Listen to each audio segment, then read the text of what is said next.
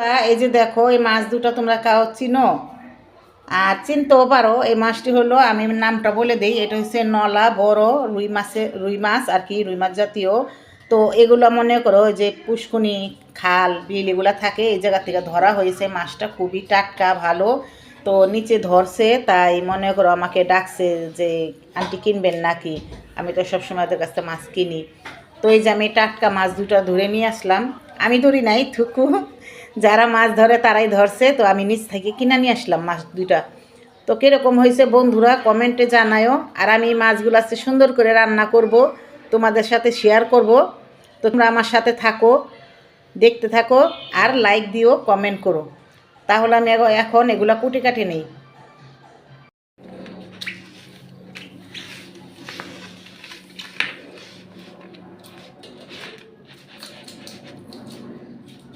তো আমি মাছের আইসটাগুলো উঠিয়ে নিব, মাছের আইসটাগুলো উঠিয়ে সুন্দর করে কুটে নিব। তো আমার সাথে থাকো বন্ধুরা।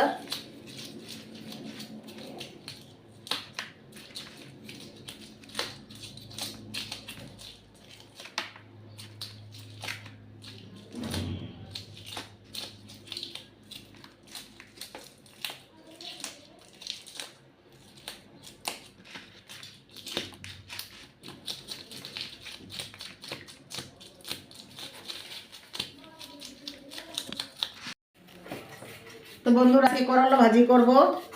করলা ভাজি খাই না অনেক দিন ধরে। তো আজকে এই যে করলা ভাজিগুলো নিয়ে কুটে নিতেছে।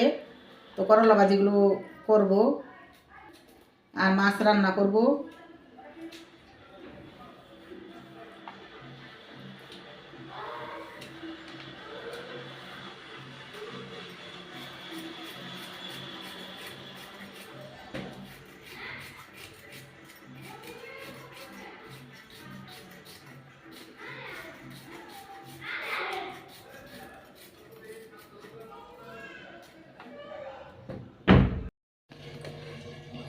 এই তো এই যে এখানে তুমি এই যে দেখছো আমি করলা কাটছি, এখানে কি করছো?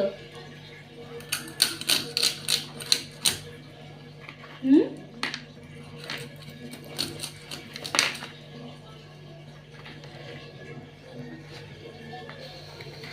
চামিচটা ছিলতেছে। এই যে আমার ছোট্ট বুড়িরা। তো বন্ধুরা আমার মাছগুলো কুটা হয়ে গেছে, ধোয়া হয়ে গেছে। তো এখন আমি মাছগুলো সুন্দর করে মশলা দিয়ে ভেজে নিব। ওই যে আমি লবণটা দিয়ে দিব এখানে,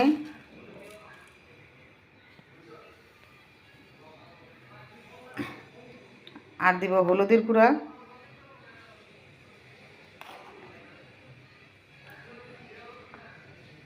মরিচ। একটু বেশি বেশি করে দিলে হয় কি, মাছটা বেশি করে লাল হয়, ভাজা হয়, সুন্দর হয়। তো আমি সবগুলো এখন মেখে নিব।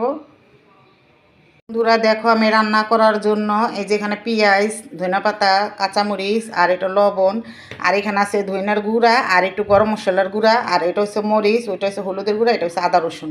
তো আমি সব মাছে খাই না আদা রসুন, তোমরা তো দেখোই রান্না যে করি। তো শুধু আমি এই যে রুই মাছটা রান্না করব আলু দিয়ে, একটুখানি আদা রসুন বাটা দিব, তাই নিছি। তাই দেখতে থাকো আর লাইক কমেন্ট করতে থাকো। মরিচ মেখে নিছি এটার ভিতরে দিয়ে। আর এই যেখানে তেলটা গরম বসায় দিছি। তো আমি এখন মাছগুলো ছাড়বো তেলটা গরম হইলে। বন্ধুরা আমি মাছগুলো এই যে এখানে ছেড়ে দিছি। তো এখন ভালো করে লাল করে আমি ভেজে নিব মাছগুলো সুন্দর করে। তো আমার সাথেই থাকো।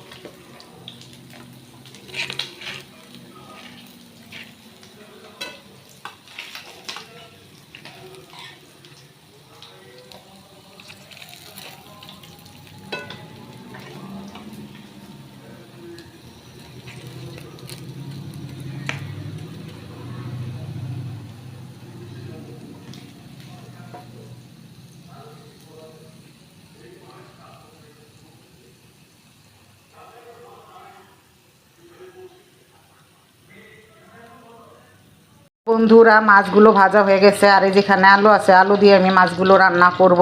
আর এই যেখানে সব কিছু আছে রেডি করে নিয়েছি, তো চুলায় হাঁড়ি বসায় দিছি, তো আমার সাথেই থাকো।